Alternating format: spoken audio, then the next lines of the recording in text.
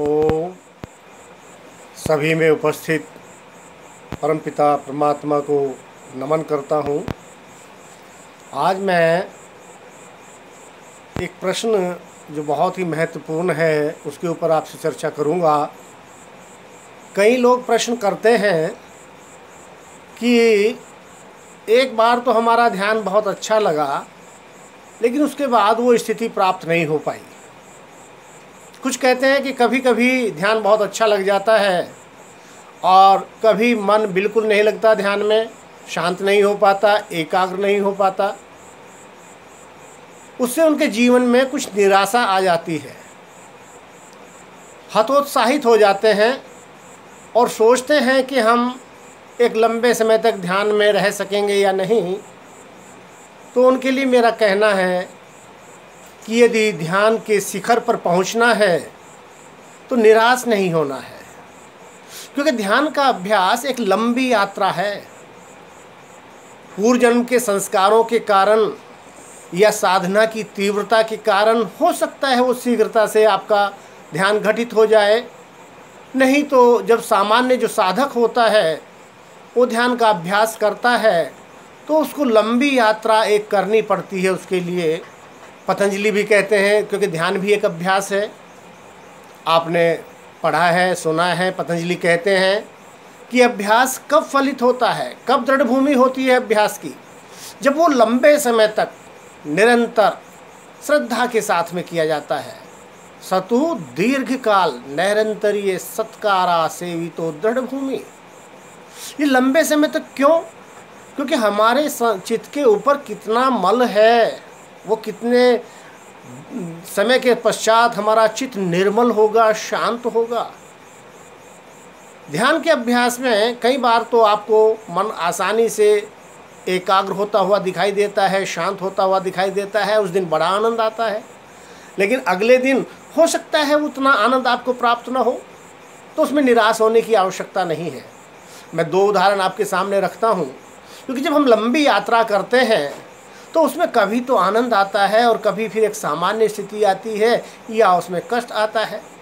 जैसे मान लिया हम गोमुख की यात्रा करते हैं, जो गंगा का आदि स्रोत है। तो जब हम गंगा के गोमुख के लिए चलते हैं तो आपने देखा होगा कि कई बार तो शुरू में ही आपको हरिद्वार में, ऋषिकेश में माँ गंगा के दर्शन हो जाते हैं। मन बड़ा आह्लादित हो जाता है, उसको देखकर मन बड़ा प्रसन्नचित्त हो जाता है। लेकिन जब यात्रा पर जैसे जैसे हम आगे बढ़ते हैं तो कभी हमसे गंगा बहुत दूर हो जाती है, कभी हम गंगा के पुनः पास आ जाते हैं, देखकर आनंदित होने लगते हैं।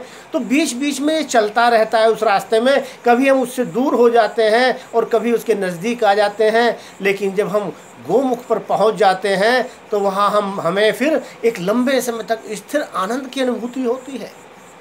दूसरा आपने उदाहरण मैं आपके सामने रखना चाहूँगा, जो पर्वतारोही होते हैं, मान लिया वो सबसे ऊंचे शिखर एवरेस्ट के ऊपर उनको जाना है, तो वहाँ बीच बीच में चोटियाँ आती रहती हैं।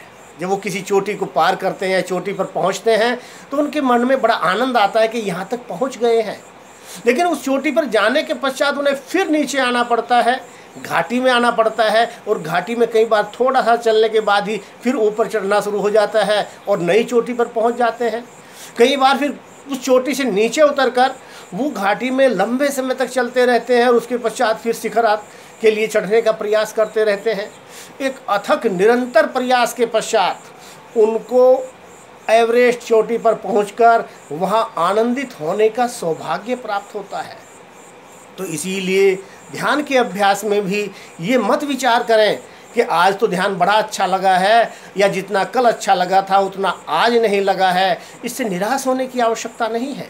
कभी चित्त हमारा आसानी से शांत हो जाता है और कभी हमें पारिवारिक परिवेश में रहते हैं, सामाजिक परिवेश में रहते हैं, यहाँ घटनाएं होती रहती हैं। किसी घटना के कारण उस दिन आपका मन अशांत है, या कोई पूर्व संस्कार जागृत हो गया है उसके कारण मन अशांत है, तो ये कभी न सोचें कि ध्यान आगे नहीं लगेगा। जो ध्यान में आनंद आया है वो आगे मुझे प्राप्त नहीं होगा। इस अथक लंबी यात्रा में जितना आप निरंतर प्रयासरत रहेंगे, जितना आगे बढ़ते रहेंगे, उतना ही आप पाएंगे कि कभी बहुत अच्छा ध्यान लगने के पश्चात कुछ अवसाद के क्षण आ जाते हैं कुछ निराशा के क्षण आ जाते हैं, लेकिन उनकी उपेक्षा करते हुए जब हम निरंतर आगे बढ़ते रहते हैं तो उत्तरोत्तर उस ध्यान की परम अवस्था को प्राप्त करने की ओर बढ़ते रहते हैं। और ध्यान के जब हम चरम शिखर पर पहुंच जाते हैं, अर्थात ध्यान में मन हमारा निर्विषय हो जाता है, तो फिर हमें असीम आनंद की अनुभूति होने लगती है, जो संप्रज्ञात समाधि में ही आनंदानुगत संप्रज्ञात समाधि की स्थिति आ जाती है। क्योंकि जैसे ही चित्त निर्मल होता है, चित्त के निर्मल होते ही, शांत होते ही तत्वों का साक्षात्कार होना शुरू हो जाता है।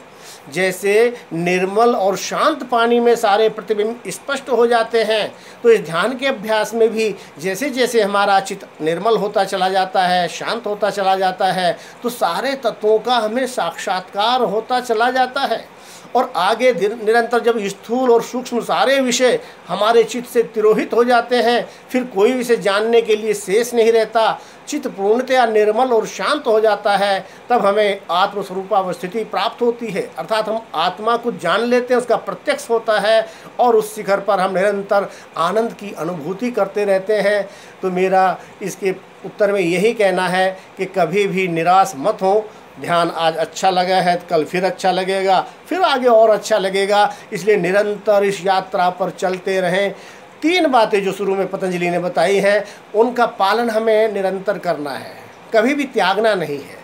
हमें समय की ओर ध्यान ही नहीं देना है। वो लंबा समय लग सकता है, जितना हमारे संस्कारों पर निर्भर करता है, हमारी साधना पर निर्भर करता है, हमारे परिवेश के ऊपर निर्भर करना है।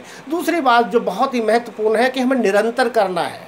यही हमारा कई बार हम चूक जाते हैं, व्यवधान उत्पन्न हो जाता है, कुछ पारिवारिक कारणों से, कुछ सामाजिक कारणों से, कुछ हमारे संस्कारों के कारण ये निरंतरता हमारी बाधित हो जाती है।